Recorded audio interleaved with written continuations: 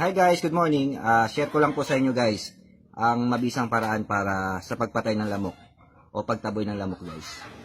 Ang kailangan lang natin guys, dalawang tansan, sanga ng kahoy at saka isang bato.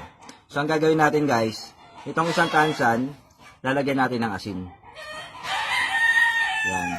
Yung pangalawang tansan naman guys, lalagyan natin ng alak o ng gin. Yan. So bali ang mangyayari dyan guys, itong asin, mapagkakamalan ng lamok na asukal. So, kakainin niya yan. So, ang mangyayari, mauuhaw siya.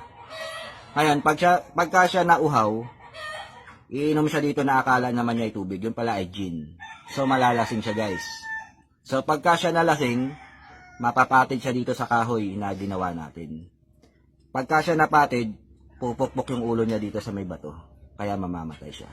Kaya yun lang po guys, share ko lang po sa inyo. Salamat!